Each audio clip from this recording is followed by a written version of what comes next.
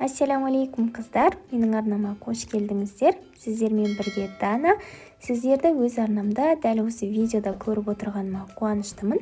Бүгін сіздермен французша ет тағамының рецептісімен бөлісетін боламын. Жасалуы оңай, аса көп затты қажет етпейтін, ең бастысы үйіңізде картоппен тартылған ет болса жеткілікті. Ендеше бисмилля деп жұмысымызға кірісейік. Менде 400 граммдай сиырдың тартылған еті. Сиырдікі болуы міндет емес, қойдыңкі болса да жарайды. Үстінен бір орташа пиязды ұсақтап турап саламыз. Дәміне қарай тұз, бұрыш, мен кориандр салдым. Міндетті түрде қосылуы керек деген дәмдеуіш жоқ. Үйлеріңізде қандай дәмдеуіш бар, соны қосып жасай берсеңіздер болады. Кейіннен жақсылап араластырып, бір шетке алып қоямыз. Енді орташа көлемдегі 4 дана тазартылған картопымызды үккіштен өткізіп аламыз. Мен осындай сәбіз салатын жасауға арналған үккіштен өткіземін. Сіздер басқа түрінен өткізе берсеңіздер де болады. Неге картоптарымызды толықтай өткізіп алдық. Енді үстінен дәміне қарай өздеріңіздің үйлеріңізде бар дәмдеуіштерді қосасыздар. Мен тұз, бұрыш және де жарты шай қасықтай паприка қостым.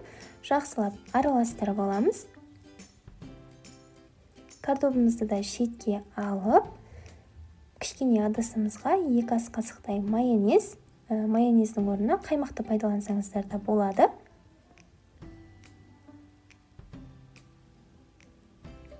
Үстінен 2 жұмыртқаны жарып саламыз. Менде жұмыртқаның көлемі кішкентай болғандықтан 2 пайдаландым. Сіздерде үлкен болса, 1-еуін пайдалансаңыздар да жарайды.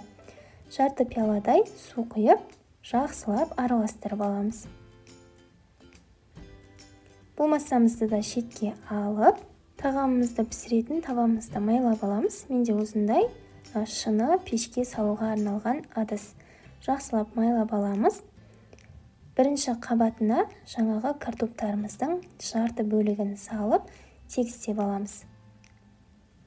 Үстінен майонез жағамыз. Мен ыңғайлы болу үшін майонезді осындай кондитерлік қалташыға салып алдым. Дәл видеодағыдай майонезді сығып, кейіннен барлық жеріне тегізіп жағып шығатын боламыз. Екінші қабатына өзіміз дайындап алған тартылған етімізді саламыз. Бұны да жақсылап тегістеп, дәл жаңағы картоп сияқты үстінен майонезді жағып шығатын боламыз. Қалған картопымыздың екінші бөлігін саламыз. Жайып, үстінен жаңа өзіміз дайындап алған майонезді массамызды құйып шығамыз. Барлық жеріне бір тегістетіп, толықтай құйып аламыз. Енді бетін сақтық үшін фольгамен жауып, қызып тұрған пеште 200 градуста 40-45 минут шамасында пісіріп алатын боламыз. 45 минуттан кейін тағамызды алып, үстінен 150 граммдай сыр саламыз. Сыр салу міндетті емес, егер сырларыңыз болмаған жағдайда, дәл осы күйінде дастарханға ұсына берсеңіздер болады. Сыр салып болғаннан кейін 5-10 минут шамасында пешке қайта салып алыңыздар. Сырлары еріп, одан әрі дәмді болатын болады. Қыздар, мінекей біздің оңай әрі тез жасалынатын таңсық тағамымыз дайын. Міндетті түрде кешкі асқа жасап көріңіздер. Сіздерге ұнайды деген ойдамын. Ас болсын.